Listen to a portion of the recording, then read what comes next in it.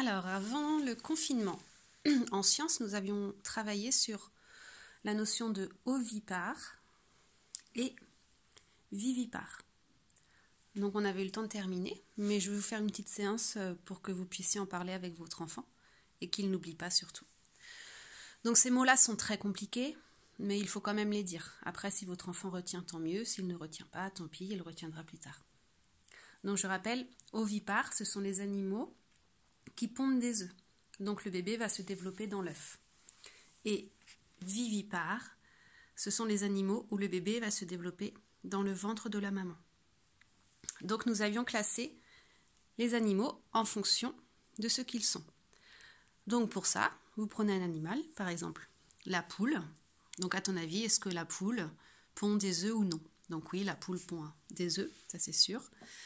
Donc, elle va dans les ovipares. Et ainsi de suite. Comme ça, vous classez les animaux. Donc, le chien, il ne pond pas d'œufs. Le bébé se développe dans le ventre de la maman. Alors, vous pouvez aussi utiliser les mots mâle et femelle. Donc, mâle pour les garçons, on va dire, chez les animaux, et femelle, les femmes, les filles chez les animaux. Donc, moi, j'insiste bien là-dessus en classe. On ne dit pas filles et garçons chez les animaux, on dit mâle et femelle. Et à force de le répéter, votre enfant va s'en souvenir. Donc, en vivipare, on a aussi la vache. Son bébé, c'est le veau qui se développe dans le ventre. Le zèbre, pareil, le bébé se développe dans le ventre. La chèvre, son bébé se développe dans le ventre, c'est le chevreau.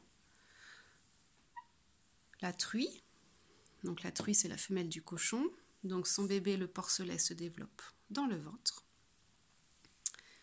Le rhinocéros, qui est aussi vivipare, le bébé se développe dans le ventre.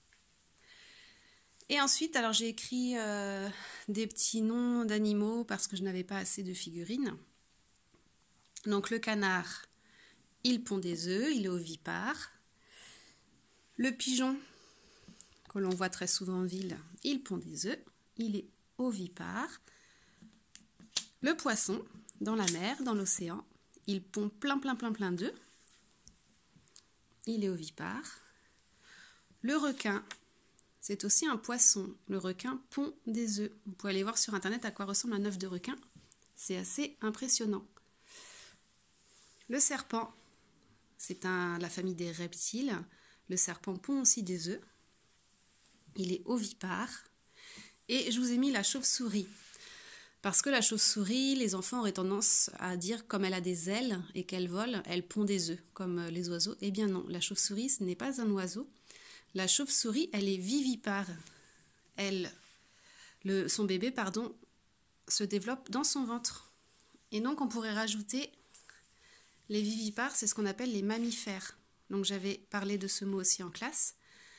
Mammifère, ça veut dire que l'animal porte des mamelles pour allaiter ses bébés. Donc, comme nous, c'est ce que je leur disais, comme les mamans, elles ont des seins pour donner le lait au bébé. Eh bien, les animaux mammifères, ils ont des petites mamelles, voilà, les tétines, pour allaiter leur bébé. Voilà. Donc les mots à retenir, vivipare, mammifère,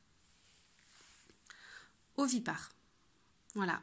Donc vous pouvez regarder aussi sur internet des vidéos, des photos des animaux avec leur bébé. Et puis vous pouvez aussi regarder sur internet le développement du poussin dans un œuf. Je leur avais montré aussi en classe à quoi ça ressemblait. Voilà.